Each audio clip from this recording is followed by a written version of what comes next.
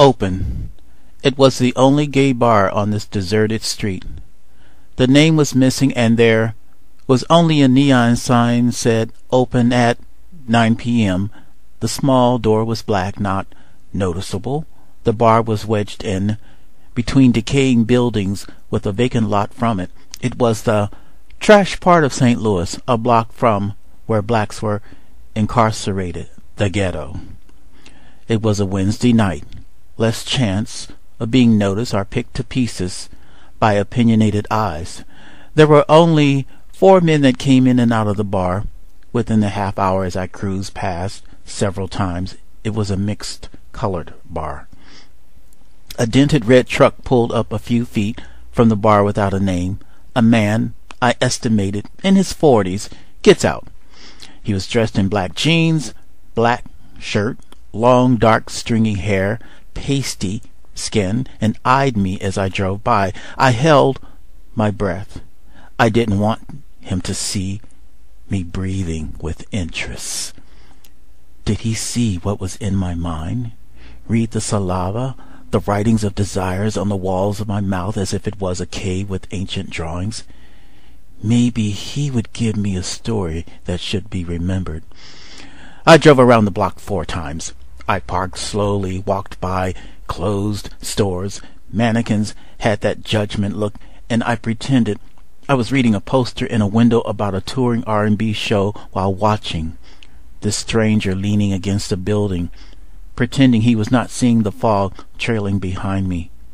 The night beaded on my skin like soiled pearls, then like broken teeth. Earlier I had sewn pages of the Bible together like underwear to ward off evil thoughts. My palms were sweating. I didn't want to read the poster anymore as the stranger stood silent like a scarecrow. His eyes were blazed with a demonic flame, and all the things that I didn't want to think covered me. It was the fog that had been trailing me. What was in this fog? We walked across the street to a vacant lot. There was an old worn couch, an old dead refrigerator, a few iron barrels, cardboard boxes, several garbage dumpsters. I saw a dirty used green blanket lying between 2 dumpsters away from prying eyes, and the smell of decaying food and being a forgotten outcast lingered. A trail of ants were on a pilgrimage to a used condom. A cat ran in front of us carrying a mouse flaying its arms like a damsel in distress, and I saw roaches scaling a dumpster like they were mountain climbing. Car oil covered small rocks. The moon grabbed a cloud to cover it partially, like a child sitting under a blanket with a small opening to watch a horror movie he was forbidden to see. He touched my chest, did not offer me a name, only the sound of his breathing as his body became the map that I needed to explore, and was revealed as if an ancient secret was being transmitted. And the smell of the vacant lot would be the smell of my vacant heart in years to come. But I took the decay, his smell of after-shaving lotion, and made it the fragrance as if I was an addict inhaling a temporary heaven.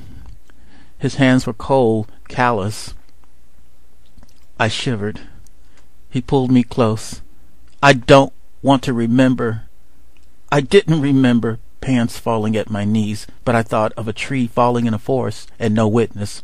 I was spinning inside, falling into a tunnel, moving like a worm in pain, and I lost my balance and found myself laying on the blanket covered with dead food, dead insects, dead blood, dead stains of love juices, dead expectations, and didn't know then it was the beginning of me being a ruin among the dead.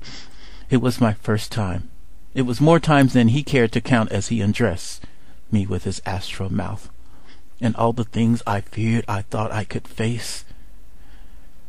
A white man laying this young black boy down, and I faded into a dream. I heard the sound of a whip cracking against my skin, but it was only his tongue. His hands covered my mouth as my words were waving to get his attention. He emptied himself into my mouth to silence the word as he wrangled the virgin scream out of me. I bit hard into the blanket, and dead screams fell out of me. The child who loved playing on the teeter-totters now found himself sliding down into a dark room. This 3-day-old growth of beard was like sandpaper against my skin, and I wanted him to take the words off of me that I had been given by family. I was the outsider, as I felt him enter me, as the finger of the preacher poked me in the eye of imagination and said, "The doors of the church are now closed to you." So many things in the fog were hidden. So many smells the strangers brought out of me. So many words I drank because I was thirsty for flesh. So many denials I placed up on strangers so I would be a voice of guilt to ride on their left shoulders as their voices anchored me onto my left side. And the fog hit the moment when the stranger parked me in an alley and rode me around the block of his imagination. And I thought the groans, the sweating, the pulsating, the driving thrust were just various forms of saying, "I love you."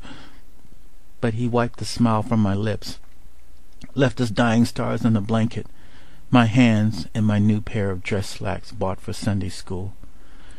And I sat there naked on the blanket of dead things before he walked away.